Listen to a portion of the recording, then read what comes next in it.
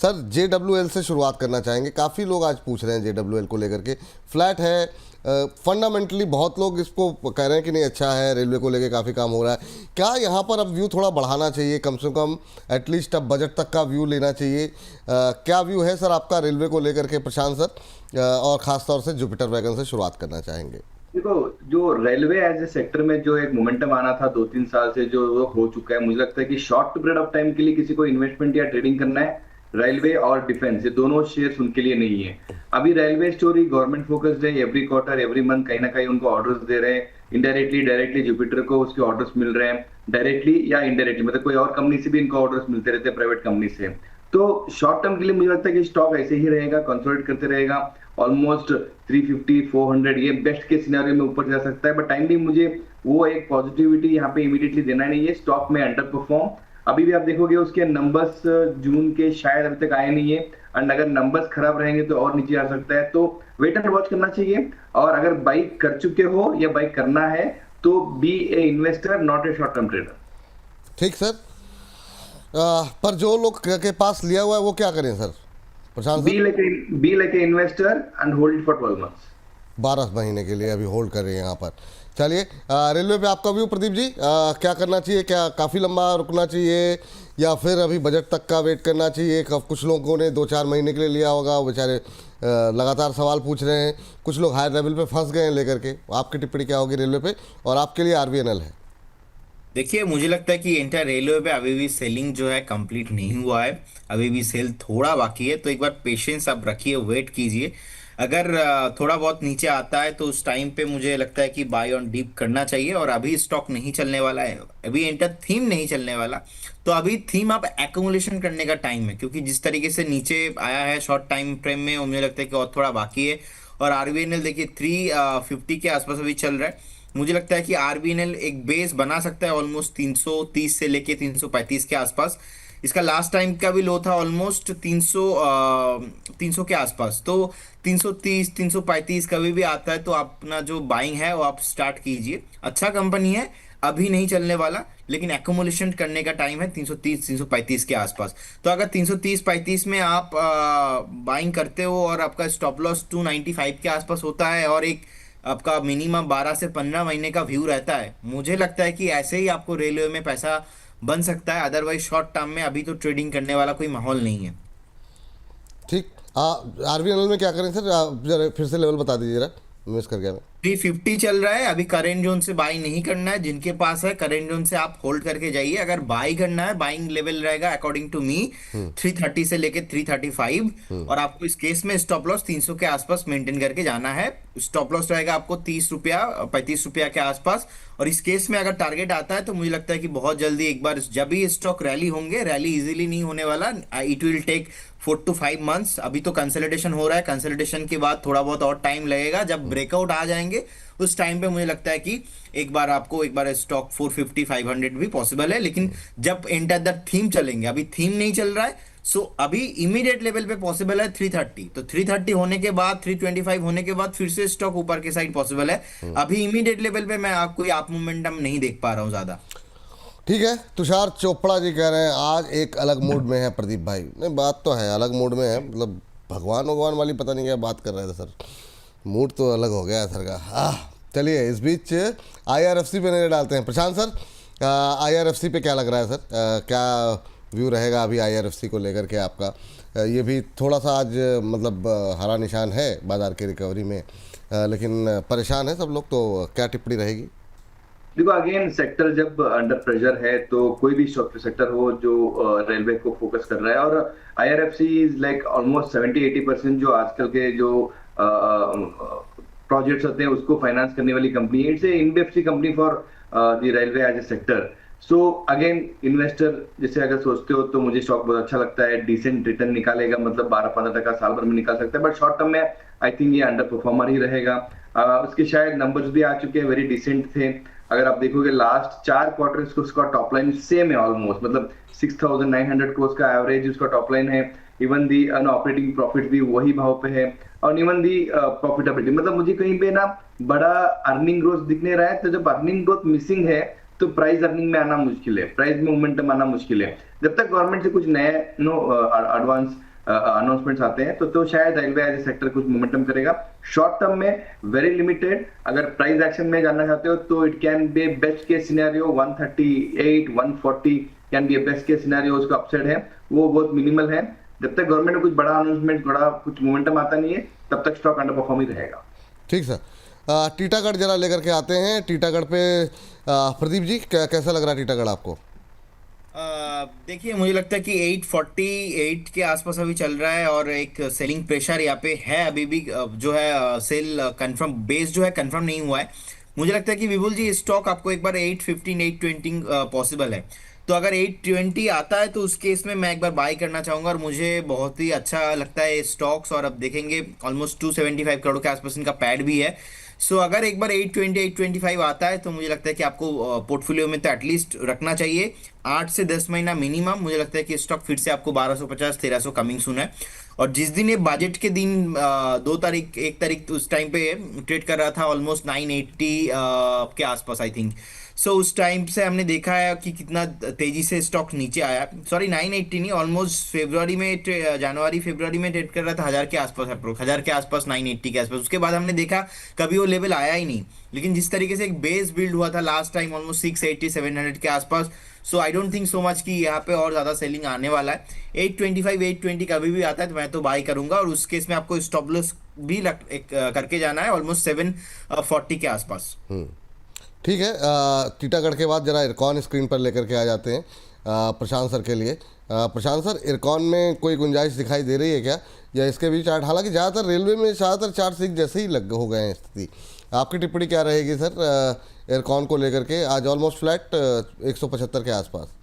आपने सही बताया कि almost railway as a sector में जो भी आज लिस्टेड स्टॉक है सबके स्ट्रक्चर सिमिलर हैं। सबके अभी तक नंबर्स अभी तक ज्यादा कुछ आए नहीं है और उस पर फोकस के हिसाब से मुझे लगता है कि नंबर्स अभी भी प्रेशर में रहेंगे। कोई बड़ा मोमेंटम एक्सपेक्ट नहीं कर रहा हूँ प्राइस एक्शन में भी। अगर कोई सरप्राइजली कोई अगर एबिटा मार्जिन्स और पैट मार्जिन्स में कुछ अगर एक्स्ट्राऑर्डिनरी ग्रोथ आया, देखो लास्ट 2 क्वार्टर का मैं एबिटा बता सकता हूँ आपको 8 5 और 7, अगर इसका एवरेज लेते हैं तो मुझे लगता है कि 6 और 7 के बीच में आता है। एवरेज के ऊपर अगर कोई एबिटा आ जाता है विच इज अगेन 7 8 9 के बीच में अगर आता है तो शायद स्टॉक में थोड़ा सा पॉजिटिविटी सिर्फ रिजल्ट बेस्ड पे होगा। Upside is very limited to 190 200 best case scenario में। ऐसे मतलब जैसे बता रहा हूँ मैं, railway as a stock short term मत देखो, इसको एटलीस्ट 6 मंथ्स और 1 ईयर के हिसाब से देखना चाहिए। तब तक कोई ना कोई अनाउंसमेंट गवर्नमेंट के आते रहेंगे, कोई नया प्रोडक्ट्स डिक्लेयर करते रहेंगे, तो जो इनके बिजनेस मॉडल है वहां पे उनको ऑर्डर बुक्स मिलते रहेंगे, तो शायद वो स्टॉक साल भर में आपको 200 210 जा सकता है, बट शॉर्ट टर्म में वेरी लिमिटेड टू 190। ठीक है सर। सर जरा राइट्स देखिए, प्रदीप सर आप राइट्स पे क्या दिखाई दे रहा है, एक नज़र जरा मारिए। देखिए 254 के आसपास चल रहा है। मुझे लगता है कि जिनके पास है आप एक बार होल्ड करके रखिए। बेस पूरा कंफर्मेशन नहीं यहाँ पे बना है, थोड़ा बहुत आपको वेट करना पड़ेगा। और जिस तरीके से यहाँ पे एक शॉर्ट टाइम फ्रेम में हमने देखा कि ऊपर से टॉप बना के नीचे आ रहा है, सो नेक्स्ट और भी थोड़ा ज़्यादा पॉसिबल है। 236 230 के आसपास मुझे लगता है कि एक बार मैक्सिमम डीप आ सकता है। तो बाकी अभी अच्छा है, अगर आज 254 के आसपास है, अगर 250 के ऊपर 1-2 दिन सस्टेन हो गया तो ये 250 के ऊपर ही भी कंफर्मेशन बेस हो सकता है। तो मुझे लगता है कि स्टॉक फिर से आपको एक बार 350 400 भी आते हुए दिखेंगे। लेकिन एंटायर, जैसे कि प्रशांत जी ने अभी बताया कि आप देखेंगे सिमिलर चार्ट पैटर्न है जितने भी रेलवे काउंटर्स को लेके हम बात कर रहे हैं, तो एक बार वेट करने का सलाह होगा इसमें भी। और फ्रेश बाय के लिए मेरा लेवल रहेगा 335 340 के आसपास। थोड़ा बहुत नीचे आता है तो उस केस में आप बाय ऑन डीप करके जाइए, लेकिन ये स्टॉक्स भी चलेंगे, लेकिन टाइम देना पड़ेगा थोड़ा। चलिए, तो ये बात राइट्स को लेकर के हो गई। अच्छा, आप अब जरा बात राइट्स हो गए, रेलटेल एक और रह गया। रेलटेल में बात करके, हालांकि टाइम थोड़ा कम है अभी, जो है डिफेंस पे भी इस पर बातचीत करनी है। प्रशांत सर, रेलटेल जरा एक बार एक नज़र डाल दीजिए और उस पर जरा आपका व्यू जानना चाहेंगे। देखो उसमें रिजल्ट्स आ चुके हैं, थोड़ा मार्जिन वाइज इंप्रूवमेंट हो चुका है, बट अगर पैट पे देखते हो तो बहुत खराब उसमें प्रेजेंटेशन हुआ है।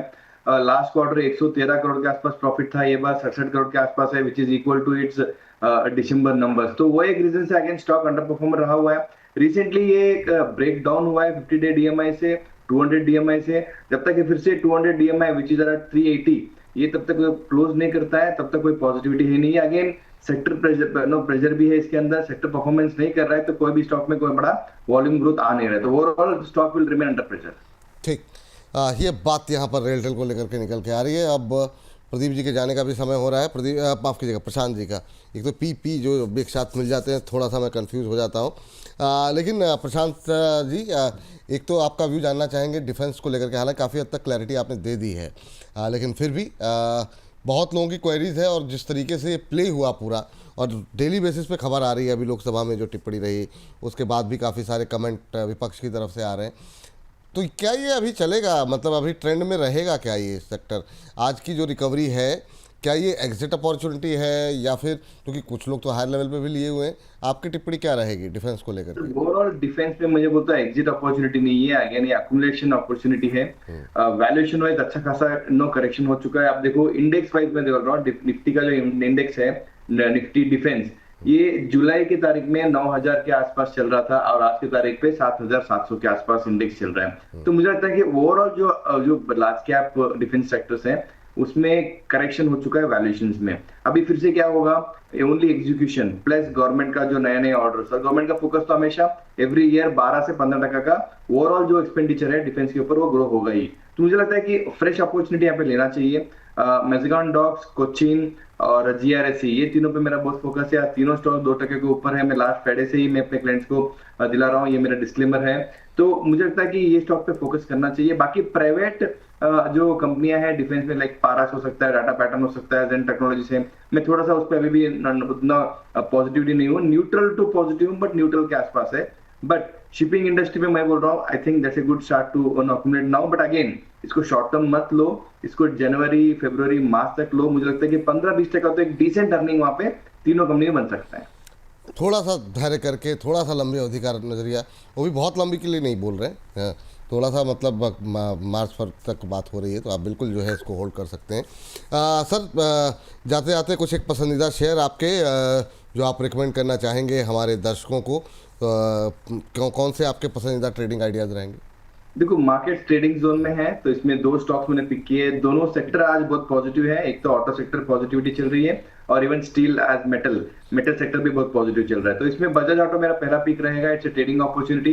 8135 का मेरा रिकमेंडेशन प्राइस है, और stop loss should B 7920। Very, मतलब 3-4 दिन के हिसाब से ही स्टॉप लॉस मेंटेन करना चाहिए, और target should be 8500 to 8600। Very short term, मतलब stop loss as well as targets 1 week to 10 days के आसपास ही इसको ट्रेड करना चाहिए। प्लस अगेन मेटल सेक्टर में बहुत बुलिश हूँ। मुझे लगता है कि मेटल में अच्छा मोमेंटम आ रहा है, और इसमें फर्स्ट मोमेंटम जो आएगा वो टाटा स्टील के आसपास आएगा। 156 का रिकमेंडेशन प्राइस है, स्टॉप लॉस शुड बी 148 के आसपास, and target should be 165। So both are trading opportunities because market is in trading zone. ठीक, चलिए, तो ये बात यहाँ पर निकल के आ रही है। प्रशांत सर, बहुत बहुत शुक्रिया, बहुत बहुत धन्यवाद आपका। डिफेंस की बात को हम आगे भी बढ़ाएंगे, लेकिन प्रशांत सर को जाना है, उनको धन्यवाद करेंगे। सर, कोई डिस्क्लोजर आपकी तरफ से? Thank you. और स्टैंडर्ड डिस्क्लोजर है, जो स्टॉक्स हमने डिस्कस किए तो शायद मेरे क्लाइंट्स को भी रेकमेंड किया होगा। और रिस्क के हिसाब से आप ट्रेडिंग करना चाहिए। मार्केट बहुत वोलेटाइल है, स्टॉप लॉस उसको स्ट्रिक्टली मेंटेन करना चाहिए। पर्सनल पोर्टफोलियो में तो कुछ स्टॉक्स है नहीं है। I am a mutual fund investor. ठीक है, बहुत बहुत शुक्रिया, बहुत बहुत धन्यवाद आज की इस चर्चा में जोड़ने के लिए। चलिए आगे बढ़ते हैं, और सर से, प्रदीप सर से कुछ एक स्टॉक्स डिस्कस करते हैं, और एक आज महत्वपूर्ण विषय पर बात भी करनी है।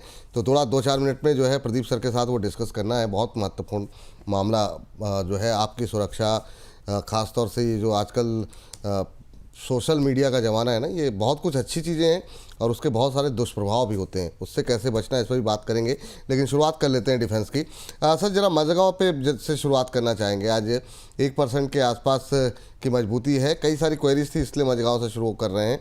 काफ़ी ठीक ठाक करेक्शन हो गया है, आपसे ऑलमोस्ट डेली बेसिस पे बात भी हो रही है। बहुत लोग नए जुड़ते हैं, इसलिए बात करना भी ज़रूरी हो जाता है। 17% के आसपास की एक महीने में करेक्शन रहा है। आपकी टिप्पणी क्या रहेगी? देखिए, मैं तो विपुल जी अभी मैं पॉजिटिव ही हूँ। मुझे लगता है कि जितना यहाँ पे करेक्शंस होना था ऑलरेडी हो चुका है, और ऑलरेडी मैंने कल भी, आई थिंक लास्ट दिन में मैंने डिस्क्लेमर दिया था, और अभी भी डिस्क्लेमर देना चाहूँगा कि ऑलरेडी ये हमने हमारे कुछ मेंबर्स को हमने बाई अभी से हम करा रहे हैं, क्योंकि अब आई थिंक ये करेक्शंस जो है कंप्लीट हो चुका है। ज़्यादा यहाँ से करेक्शंस मुझे नहीं दिखता है। हो सकता है कि 1-2 दिन एक्सट्रीमली थोड़ा बहुत आपको नीचे मिले, लेकिन जिस तरीके से यहाँ पे एक मोमेंटम आ रहा है, I think it will cross 3000 and बहुत जल्दी आपको ये होने वाला है। सो मेरे तरफ से तो हार रहेगा, एंड बाई आप करके जा सकते हो करंट जोन से ही। करंट जोन्स पे भी बाय करके जा सकते हैं। ये शिपिंग में आज अच्छा मोमेंटम बनता हुआ दिखाई दे रहा है। GRSC देखिए 2600 के ऊपर, अब 1.5% के आसपास की मजबूती, करीब 1.25% ऊपर। GRSC में क्या अपॉर्चुनिटी है सर? ये क्योंकि बहुत हाई बीटा स्टॉक है, चलता भी तेज़ है, गिरता भी तेज़ है, जिनके पास है क्या करें सर? देखिए मुझे लगता है कि विपुल जी, एंटायर डिफेंस, जैसे कि हमने बात किया था अभी रेलवे पे, रेलवे पे एक थीम चल रहा था कि ऑल रेलवे काउंटर का जो पैटर्न है ना ऑलमोस्ट सेम है। वैसे ही जितने भी डिफेंस काउंटर है ना, डिफेंस काउंटर में मुझे लगता है कि पैटर्न 90% 80% ऑफ द स्टॉक्स का सिमिलर है।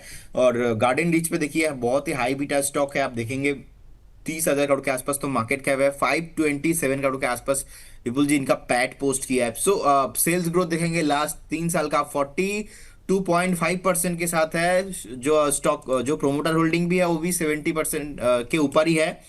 अच्छा है, ऑलरेडी स्टॉक हमने देखा कि 3500 के आसपास था, वहां से नीचे करेक्शंस होके ऑलमोस्ट 2440 तक आ गया था, 2420, अभी 2630 के आसपास चल रहा है। मुझे लगता है कि एक बेस यहाँ पे बन चुका है और एक दो दिन कंफर्मेशन से हम यहाँ पे एक मॉर्निंग स्टार पैटर्न होते हुए दिखेंगे। और अगर ये मॉर्निंग स्टार पैटर्न बिल्ड हो गया तो यहाँ से स्टॉक फिर से रैली पॉसिबल है। डिफेंस का एक थीम ही ऐसा है कि टॉप से आप थोड़ा बहुत अवॉइड करो, डाउन आता है तब आप जाके लो। और हमने बार बार बताया था कि आप नीचे आता है तभी लो। देखिए अभी 2630 के आसपास चल रहा है, मुझे लगता है कि अच्छा खासा आपका अगर पास है तो एक्युमुलेशन करने का टाइम है। अदरवाइज जो फ्रेश, जो न्यू व्यूअर सुन रहे हैं उनके लिए फ्रेश बाइंग का भी रिकमेंडेशन रहेगा। इस केस में एक स्टॉप लॉस मेंटेन कीजिए, 2250 का एक स्टॉप लॉस। थोड़ा लंबा हो रहा है लेकिन मैं 2250 का ही स्टॉप लॉस प्रिफर करूंगा, क्योंकि जिस तरीके का वॉलेटाइल रहता है स्टॉक, तो 2250 का स्टॉप लॉस मेंटेन कीजिए। इसमें मुझे लगता है कि फिर से ये 3000 के ऊपर एंड ऑल टाइम हाई भी पॉसिबल है। It will take 7 to 8 months, budget में भी कुछ अच्छा माहौल बनेंगे। सो अभी वेट करके जाइए, फ्रेश बाई करके जाइए। ठीक सर। एक सर काउंटर जो मैं बहुत लोगों की टिप्पणियां पढ़ रहा था जब हम लोगों ने लास्ट टाइम डिस्कशन किया था, जो आपने पहले भी डिस्कस, मतलब इस बारे में आपने बात की थी कि अब कुछ लोग ऐसा बोलेंगे कि उस समय बोला था ऐसा, और वो सेम कमेंट जो है वो आता हुआ दिखाई दिया कि पहले तो बोला था कि इस लेवल पे ख़रीदना, अब ऐसा बोल रहे हैं कि और नीचे जाएगा। तो कुछ लोग तो अलग अलग टिप्पणियाँ की, नहीं इन लोग खाली अपने फ़ायदे के लिए। हमारा कोई फ़ायदा नहीं है इसमें, कम से कम शेयर से हमको कोई फ़ायदा नहीं हो रहा। बाकी चीज़ें ठीक है, सैलरी मिलती है, सर का अपना बिजनेस है, प्रदीप जी का, वो एक अलग विषय है। पर इससे, इस रिकमेंडेशन से या इस कार्यक्रम से और किसी माध्यम से हमारा कोई फ़ायदा नहीं होता। जो आप लोग इतनी मेहनत को आप लोग एक सेकंड में पानी कर देते हैं। लेकिन सर BEL पे क्या करना चाहिए? देखिए BEL पे मैं आ रहा हूं, उससे पहले एक कमेंट मैं कर देता हूं आपको इसी टॉपिक में। एक्चुअली क्या हुआ ना सर, ये लोगों का भी गलती नहीं है, मतलब वो भी अपनी जगह पे सही है। क्योंकि जिस तरीके से आप देखेंगे लास्ट 10 साल 15 साल पे कुछ चैनल्स, कुछ स्पेशली मीडिया पे ऐसे एनालिस्ट आया है और उन्होंने खुद स्कैम किया है। आपके शो हाँ, में ये बात कर सही रहा है। हूँ, मतलब मैंने मेरा ट्रेडिंग सेक्रीफाइस किया है सर। मतलब मैं चाहूंगा तो मुझे कोई जरूरत ही नहीं है डेली सुबह सुबह आके ये जो है अपना चार्ट कौन सा ब्रेकआउट आ रहा है क्या नहीं हो रहा है ये करने का। लेकिन मैंने खुद सेक्रीफाइस किया है, हमारा रेगुलेशन रहता है वो हमें अलाउड नहीं है करना ट्रेड। कोई भी ट्रेड करना चाहते भी है तो उसके लिए अलग से हमें वो जो रूल्स फॉलो करना पड़ता है। सो क्या होता है ना सर, अलग अलग चैनल पे इतना ज्यादा स्कैम हो चुका है तो लोगों को ना लगता है अरे भाई ये भी आ गया, ये भी बंदा, ये भी चैनल स्कैमर ही होगा। तो उनका एक कंसेप्शन ऑलरेडी बन चुका है। सेकंड थिंग, लाइक मान लीजिए हमने डिफेंस सेक्टर को लेके बात किया, गार्डन रीच को लेके क्या बात किया था। हाँ, जब ये स्टॉक्स ऑलमोस्ट 3500 के ऊपर था, हमने बताया था I would like two by 2950 से लेके हम एक बार 3000 के आसपास बाई करेंगे। तो अच्छा है कि 3500 में हमने बाई नहीं दिया, हमने 2900 से बाई किया। अभी 2700 2600 के आसपास है, 200-300 रुपया नीचे है। तो अगर 200-300 रुपया नीचे भी है तो क्या है, nobody will predict the top, nobody will predict the bottom. दुनिया में कोई भी आके आपको टॉप या बॉटम प्रिडिक्ट नहीं कर सकते। हमारा काम है चार्ट रीड करना, चार्ट रीड करेंगे और हम आपको बताएंगे। तो थोड़ा बहुत जो हाई बीटा स्टॉक्स है वहां पे 200-300 पॉइंट का मोमेंटम रहने वाला है। एंड ये आपको देखना पड़ेगा कि अगर आप बोनस चैनल को, स्पेशली आप जानते ही होंगे कि मैं 10 बजे आ रहा हूं। मैंने जहां पे सर मैंने मेरा जर्नी स्टार्ट किया था ना, मुझे तब से ये क्लियर था एटलीस्ट हमें तो ऐसा कभी भी नहीं करना। एटलीस्ट पूरा ट्रांसपेरेंट बात करना है। अगर कहीं पे स्टॉप लॉस आ रहा है, कहीं पे ट्रेंड शिफ्ट हो रहा है, वो खुल के लोगों को बताना है, वो अपना टेक्निकल टर्म में भी नहीं बताना, एकदम एकदम जो आम एकदम भाषा में। सरल जो भाषा बिल्कुल। है उसमें हमको बताना है। सो मुझे लगता है कि लोगों को समझना पड़ेगा, आपको थोड़ा एडुकेट होना पड़ेगा। हम कोई भी स्टॉक्स में आके यहाँ पे फंसाते नहीं है, आपको स्टॉप लॉस दिया जाता है। ट्रेड जितना ज्यादा करोगे रिस्क उतना ज्यादा है, इक्विटी मार्केट में रिस्क है, ये आप जान के ही आओ। उसके बाद भी हमारा जो प्रयास है सर बहुत ही अच्छा चल रहा है, और आप लोग भी इंटर द बोनस टीम, आपका पीसीआर टीम, आपका एडिटिंग टीम, आपका जितने भी टीम्स है इंक्लूडिंग यू, मैं तो देख रहा हूँ इतना तरीके से, मतलब अच्छे तरीके से आप लोग मेहनत कर रहे हो। एक एक मिनट का मतलब शो स्टार्ट होने से अगर मतलब लेट हो जाता है, आप कितने अच्छे से आपके टीम को डांटते हो। मेरे पास इतना भी खबर है, ठीक अरे है, आप डांट बहुत तेजी से देते हो सब लोगों को। नहीं सो नहीं, मुझे लगता ऐसा है नहीं कि है लोगों सर, को वो समझना सब लोग चाहिए। भी मेहनत कर रहे हैं, पीसीआर की टीम सब हो या लोग वाई टीम। मेहनत कर रहे हैं, पीसीआर हाँ टीम इंक्लूडिंग एवरीवन मेहनत कर रहे हैं, तो लोगों को सपोर्ट करना चाहिए डेफिनेटली। बिल्कुल सर। नहीं ये बात सही है सर, सब लोग मेहनत कर रहे हैं, आप ही इतना समय दे रहे हैं। सर तो अब 5 मिनट में इसको समेटने की कोशिश करते हैं और फिर 5 मिनट एक विशेष सेगमेंट पे बातचीत करेंगे। ये जो आजकल एक फ्रॉड चल रहा है सोशल मीडिया पे, अभी जो है जरा बीएल पे बात हो गई। बीएल पे सर अब शायद रह गया कि कंप्लीट नहीं हो पाया। अब बीएल पे मैंने बीएल और बात नहीं एचएल किया। एक साथ बता बीएल, दीजिए, बीएल और एचएल। बीएल मेरा बहुत फेवरेट है, 384 के आसपास चलते हैं। मुझे लगता है कि एक बार if you want to invest 1 lakh current zone से एक बार आप बाई करके जा सकते हो, और एक बार अगर आपको 370 365 के आसपास आता है तो दो लेवल रहेगा बीएल में, पार्ट पार्ट में आप इन्वेस्ट करके जाइए। बहुत बढ़िया कंपनी है, एंड इनफैक्ट डिफेंस में बीएल और एचएल दोनों काउंटर ही मुझे अच्छा लगता है। एचएल पे क्या करें सर, अभी वेट। यही चला, अभी 4,500 के आसपास चल रहा है। मुझे लगता है कि 4,300 4,200 के आसपास एक अच्छा खासा सपोर्ट है। 4,500 चल रहा है अभी, अब करंट जोन से एक बार आप बाई करके जा सकते हो एचएल को। अगेन ये एक आपका सोच है, 4,500 से अगर आप बाई करके जाते हो, कल अगर 4,300 आता है, सो अब तब मत बोलिए कि अरे यार फिर से फंसा दिया। फंसाने का बात नहीं है, यहाँ पे एक बेस बना रहा है। बेस 6 से 8 महीना 6 से 8 हफ्ता 10 हफ्ता में बनता है। तो उस केस में आपको वो थोड़ा प्राइस एक्शन जो है ध्यान रखना पड़ेगा। 200-100 जो पॉइंट है वो मोमेंटम रहने वाला है। तो मुझे लगता है कि सर डिफेंस में एचएल एंड बीएल दोनों मेरा one of the top counter है, फेवरेट है। इनफैक्ट क्लाइंटों के पास भी है होल्डिंग पे। ठीक, ये बीएल और एचएल को लेकर के एक बीडीएल रह गया ना पीएसयू में, फिर जरा एक दो काउंटर उसके बात कर लेते हैं।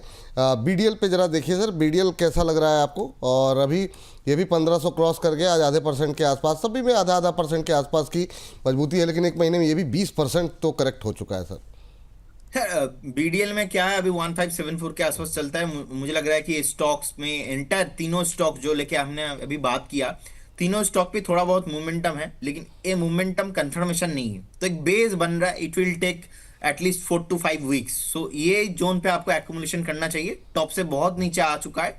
सो अगर आप बात करेंगे कि फ्रेश बाई कहाँ पे करना है, so I will prefer BL HL. BDL को अभी थोड़ा अवॉइड करके जा सकते हो, लेकिन बीडीएल भी बढ़िया है। मुझे लगता है कि इस जोन के आसपास अगर आपके पास है, या तो आप एक्यूमुलेशन भी करके आप जा सकते हो। डोना जी कह रहे हैं, हाँ बिल्कुल, डोना जी का सवाल भी आ गया, कह रहे हैं बीडीएल में एवरेज कर सकती हूँ क्या?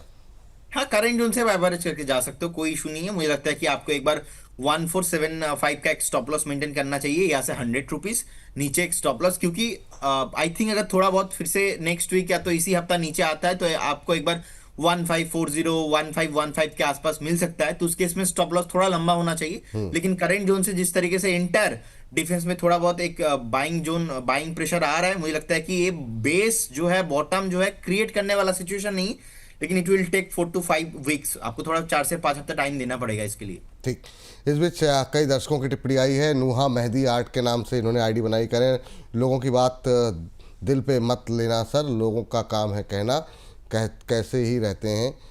इसके अलावा मिथिलेश सिंह जी कह रहे हैं आप लोग बहुत ही ऑनेस्टली हम लोगों का मार्गदर्शन कर रहे हैं, please keep it up. Thank you sir, आप लोगों का बहुत बहुत धन्यवाद। और ये आप लोगों का भरोसा, आप लोगों का विश्वास जो आप लोग दिखा रहे हैं, उसी का नतीजा है कि मतलब हम लोग अच्छा काम कर पा रहे हैं, लगातार कोशिश कर रहे हैं, और ज़्यादातर लोग आप लोग सपोर्ट कर रहे हैं, इसमें भी कोई दो राय नहीं है। कुछ लोगों की टिप्पणियाँ रहती हैं, ठीक है, उनका भी अपना हक है, कोई बात नहीं। अब सर प्राइवेट प्लेयर की बात करें अगर, तो प्राइवेट प्लेयर में जैसे पारस डिफेंस हुआ, आइडिया फोर्ज हुआ, या डेटा पैटर्न हुआ, इनमें कोई अच्छा है क्या? पहले जरा पारस से शुरू करना चाहेंगे। देखिए, पारस मुझे अच्छा लगता है, और पारस में थोड़ा ज्यादा सेलिंग प्रेशर आया है। देखिए, पारस को हमने क्या बताया था, मैं आपको बताता हूँ, मुझे याद है ऑलमोस्ट जब एडजस्टेड हुआ 930 का प्राइस था, मैंने बोला था आपको 750 के आसपास आपको बाई करना है। 750, अब 700 के आसपास आता है, तो उसके बाद लगातार सेलिंग प्रेशर आ रहा है, लगातार सेलिंग प्रेशर आ रहा है, और मुझे लगता है कि पारस का जो बीटा है बहुत हाई है। आप देखेंगे कैलकुलेट करके, अगर आपने 700 के आसपास बाय किया, 630 के आसपास चल रहा है, एक दो दिन भी अगर मोमेंटम आ गया फिर से 700 के ऊपर, सो आप कब लोगे स्टॉक? आप टॉप में लोगे या नीचे आ रहा है उस टाइम पे लोगे? मेरे ख्याल से मुझे लगता है कि सर 630 इज अमेजिंग प्राइस। ये तो मैंने एक्सपेक्ट नहीं किया था कि 630 आपको पारस डिफरेंस जैसे स्टॉक्स आपको मिलेंगे। डेफिनेटली आपके पोर्टफोलियो में तो होना चाहिए। आज का भी लो देखेंगे 608 के आसपास, मुझे लगता है कि 1 से 2 दिन आप थोड़ा वॉच करके जाइए, आज कल में बॉटम बना सकता है। तो एक बार बाय करने का सलाह रहेगा पारस, लेकिन 1 2 दिन देख के। 1 2 दिन देख करके चलिए। आइडिया फोर्ज और डेटा पैटर्न में कौन सा बेटर लग रहा है सर? देखिए, आइडिया फोर्स बेसिकली ड्रोन बनाता है कंपनी, अभी 432 के आसपास चल रहा है। आइडिया फोर्स के मुझे लगता है कि थोड़ा और नीचे आ सकता है ये स्टॉक, आपको यहाँ से 40-50 रुपीज नीचे आ सकता है, और आपको ये ध्यान रखना पड़ेगा जब नीचे आता है तो बहुत नीचे आता है। डेटा पैटर्न बहुत अच्छा है, मुझे लगता है कि डेटा पैटर्न के साथ ही मैं जैसा ज़्यादा पसंद करूंगा जाना, जिस तरीके का यहाँ पे फंडामेंटल्स है। और रिसेंटली हमने देखा कि 3000 से नीचे आते आते ऑलरेडी एक 2500 के नीचे आज भी 2525 का एक लो है। देखिए जिस तरीके का रैली आया है ना, एक जो है लोअर टाइम फ्रेम से, बहुत ही शानदार रैली है ये। तो मेरे ख्याल से एक शॉर्ट टर्म तो बेस सर बन चुका है, हाई पॉसिबिलिटीज कल या तो परसों ये कंफर्मेशन हो जाएंगे। डेटा पैटर्न आपका पोर्टफोलियो में होना चाहिए, और अभी बहुत नीचे आ चुका है। आई डोंट थिंक सो मच कि इससे नीचे ज्यादा जाना चाहिए। वही स्टॉक सर 3200-3300 वाला स्टॉक आपको 2500 में मिल रहा है, सो आई थिंक आपको लेना चाहिए।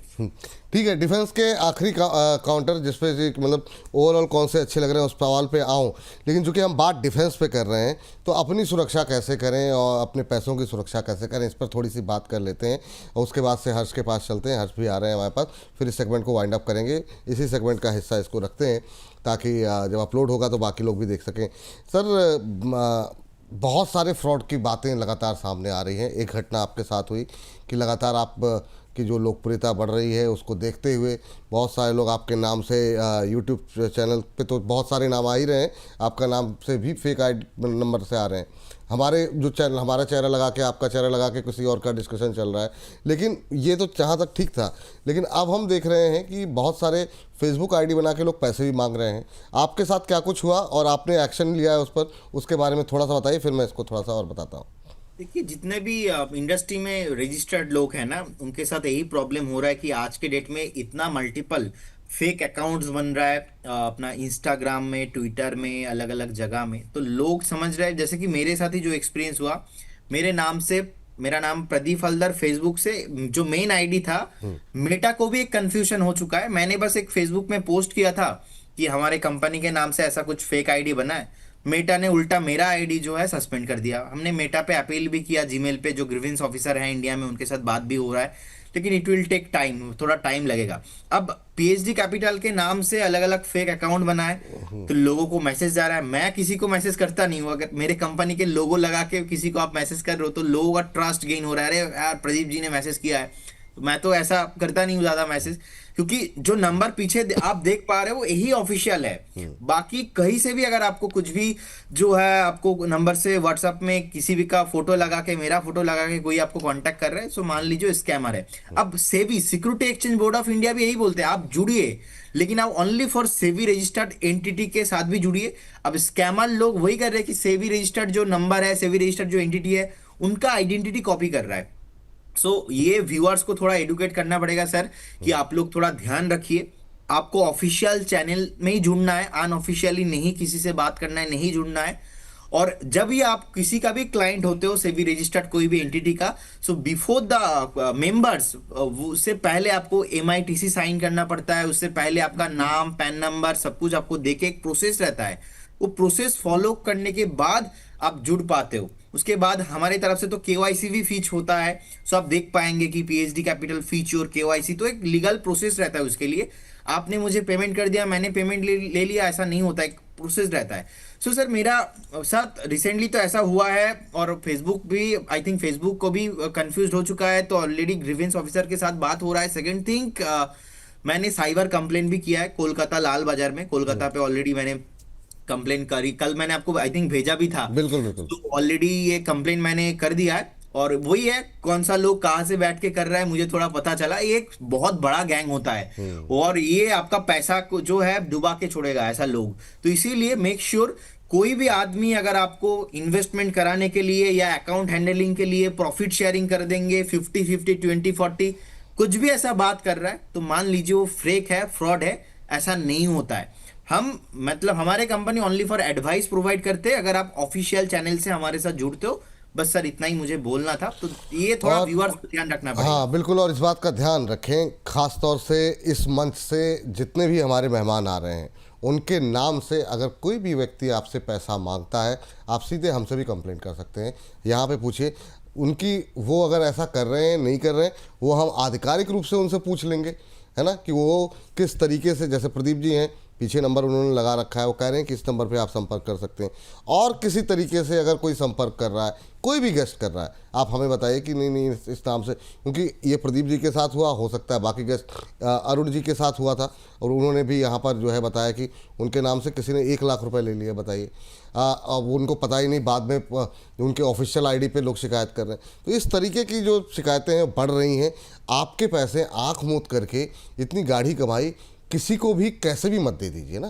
थोड़ा सा सोच समझ के, बहुत तरीके से फ्रॉड हो रहे हैं तो सोच समझ करके पैसे लगाइए अपने, और किसके कहने पे लगाने हैं ये आधिकारिक चैनल जब तक कंफर्मेशन नहीं होती है मत लगाइए। कोई भी कॉल आ गई, कोई मैसेज आ गया, तुरंत पेमेंट मत कीजिए, मत कीजिए, मत कीजिए। चलिए, बहुत एक हमारी प्रीति जी हैं, कह रही हैं कोचिन शिपयार्ड पे बात नहीं हुई। सर, कोचिन शिपयार्ड और आपके फेवरेट काउंटर्स के साथ इस सेगमेंट को वाइंड अप करते हैं। हर्ष आ चुके हैं।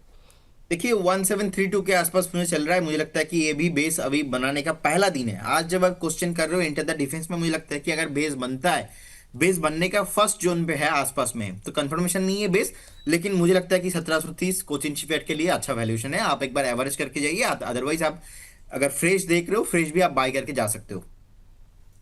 ठीक, आप फेवरेट काउंटर सर आपके कोई है? सर मुझे लगता है कि मैं हेल के साथ जाना पसंद करूंगा क्योंकि इसका लिक्विडिटी बहुत बढ़िया है। और मैं तो देखता हूं कि लॉन्ग टर्म में, जैसा कि मैंने पहले भी बताया आपको, 5,500 6,000 7,000 का भी टारगेट नेक्स्ट 2 से 3 साल मुझे लगता है कि अच्छा खासा वैल्यूएशन में आया है। तो हेल के साथ मैं जाना पसंद करूंगा। सेकंड है बीएल के साथ मैं जाना पसंद करूंगा। बीएल बहुत टाइम बाद आपको 400 के नीचे मिल रहा है, तो मुझे लगता है कि ये अपॉर्चुनिटी नहीं छोड़ना है। एटलीस्ट थोड़ा बहुत नेक्स्ट 12 से 15 मंथ का व्यू से भी आपके पास बीएल होना चाहिए। और थर्ड है जीआरएससी। जीआरएससी भी मुझे अच्छा लग रहा है। गार्डन रीच जिस तरीके से अभी बेस बना है, इसमें भी मुझे लगता है कि ये स्टॉक कमिंग सून बहुत जल्दी आपको 3,000 के ऊपर दिखाई देने वाला है। ठीक। सो ये 3 काउंटर मेरा बहुत ही फेवरेट है और मुझे लगता है कि इसमें फंडामेंटल टेक्निकल दोनों रीजन है, आप बाय करके जा सकते हो।